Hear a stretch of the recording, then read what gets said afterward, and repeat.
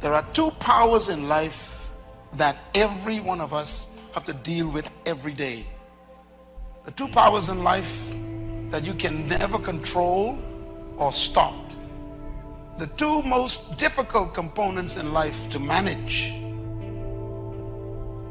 is time and change. The key to your future is the successful management of time and change. You can't stop time, you can't stop change. So all you can do with them is manage them.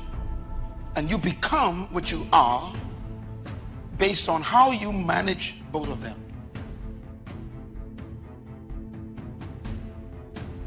I want to simplify life for you. You are simply a product of how you use your time and how you manage the changes you've been through so far. And what you become in 10 years from now will be a result of how you manage time and the changes. What did I do with the year that just passed? How much of it did I waste watching television? Being with people who had no interest in success? Being involved in habits that didn't improve my life? What did I spend that year on?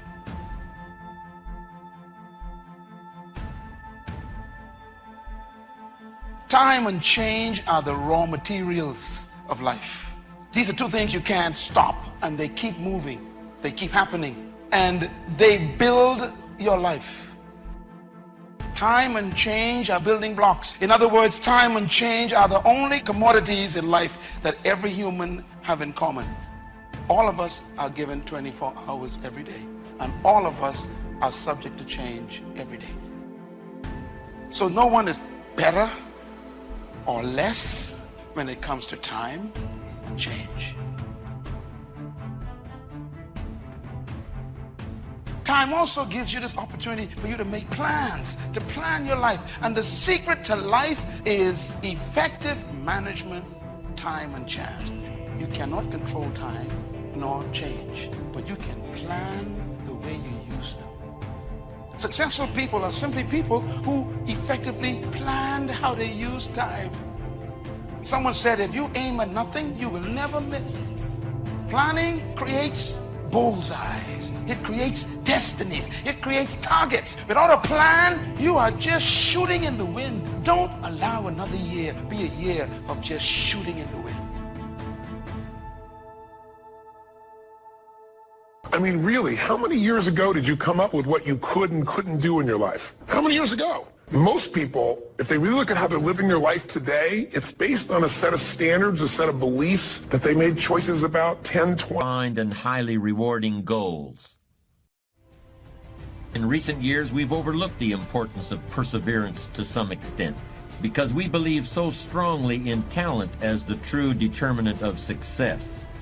For instance, there are a great many special programs in the schools for so-called gifted children, and these programs can begin as early as the first grade. A child is tested, and he's either gifted or he isn't. He either has talent or he doesn't. Our expectations of him change based on how he does on those tests, and his expectations for himself change also. Of course, there are some educational systems that place a little less faith in talent and a little more faith in long, hard work. And since those systems have been the source of some incredible progress in recent years, I think it's important to look closely at perseverance and how you can get some of that stuff, whatever your gifts and talents may be. You don't have to lose your faith just because God didn't say yes to what you requested him to do. You don't have to have a nervous breakdown, a pity party, throw in the towel just because you didn't get the job, didn't get the house, didn't get the healing, didn't get what you wanted from the Lord. You don't always get your goals, but you always get your standards. Everybody in life gets their musts. They don't get their shoulds.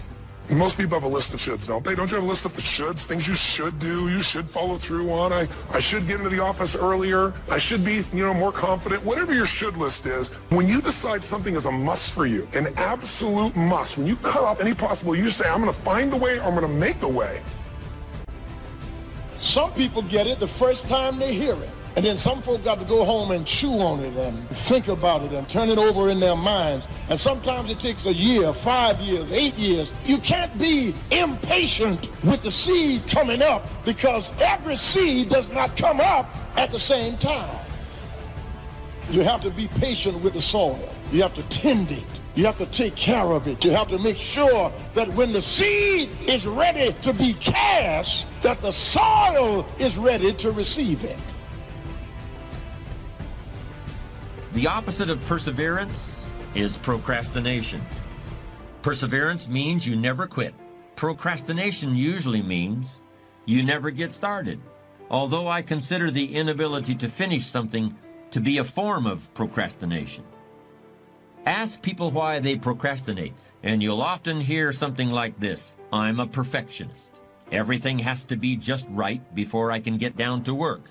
Not too much noise, no telephone calls interrupting me, no distractions. And of course I have to be feeling well physically too. I can't work when I have a headache. The other end of procrastination, being unable to finish, also has a perfectionist explanation. I'm my own harshest critic. I'm just never satisfied. If all the I's aren't dotted and all the T's aren't crossed, I just can't consider that I'm done. That's just the way I am, and I'll probably never change. A fault is being turned into a virtue. The perfectionist is saying that his standards are just too high for this world. This fault into virtue syndrome is a common defense when people are called upon to discuss their weaknesses. But in the end, it's just a very pious kind of excuse-making.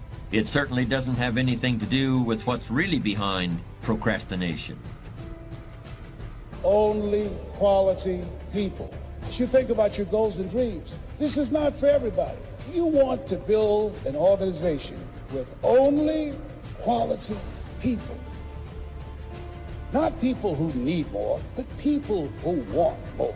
You want to surround yourself with people that are hungry.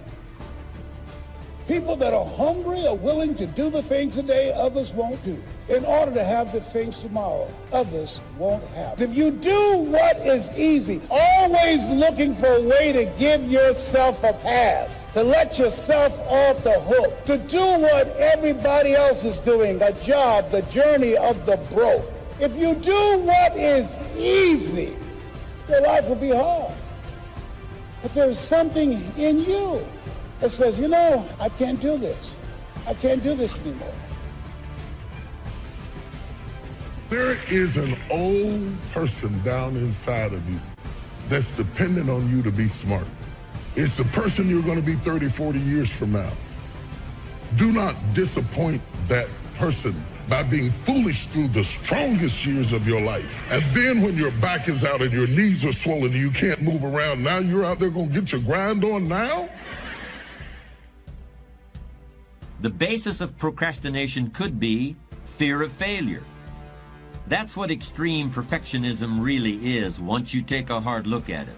What's the difference whether you're afraid of being less than perfect or afraid of anything else? You're still paralyzed by fear. What's the difference whether you never start or never finish? You're still stuck. You're still going nowhere. You're still overwhelmed by whatever task is before you. You're still allowing yourself to be dominated by a negative vision of the future in which you see yourself being criticized or laughed at or ridden out of town on a rail or punished. Of course, this negative vision of the future is really a mechanism that allows you to do nothing. It's a very convenient mental tool. Commitment means standing up for your life. It means honoring yourself. It means beginning to say and to see and recognize your alignment and oneness with the universe, and that you are a channel for life to express through. And we short-circuit it with anger. We short-circuit it with fear. We short-circuit it by being lazy or apathetic or giving up easily. Why? We say, oh, it's too hard, it's too hard. We don't challenge our spirit. Ladies and gentlemen, there's nothing as powerful as the human spirit. You can't destroy it. You can pervert it, but you can't destroy it. So when you begin to say, what is it that I want to leave? What contribution that I want to begin to make? What difference do I want to make in life? What chances I need to take? What fears do I need to step on? What risks do I need to begin to embrace? You can either live your dreams or live your fears. You have got to get to a point where you say, I'm sick and tired of living like this. There's got to be more. That's when people go out and strike out on their dreams. Well, I'm going to tell you how to overcome procrastination. I'm going to show you how to turn procrastination into perseverance. The first principle is break it down. No matter what you're trying to accomplish, whether it's writing a book or climbing a mountain or painting a house, the key to achievement is your ability to break down the task into manageable pieces and knock them off one at a time. Focus on accomplishing what's right in front of you at this moment and ignore what's off in the distance someplace. Substitute real-time positive thinking for negative future visualization.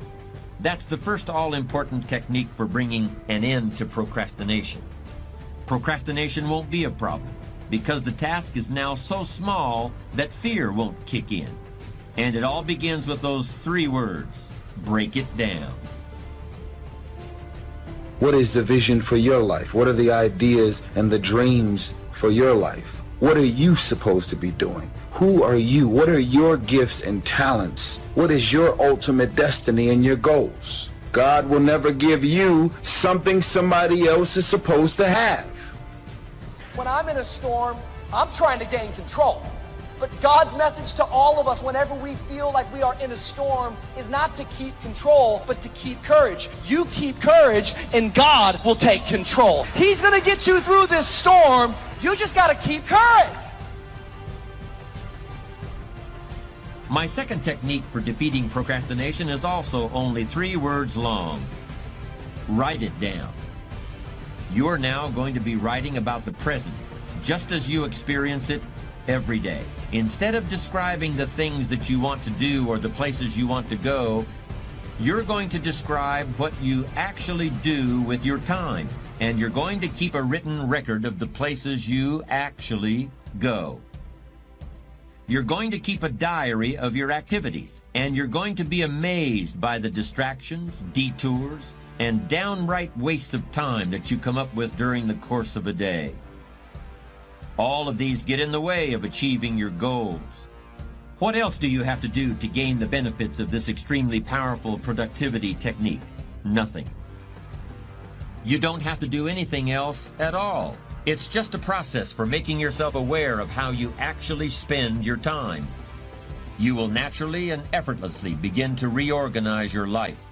Perhaps that seems like too much to believe, but it's true. This is how you get yourself started. This is how you put an end to procrastination.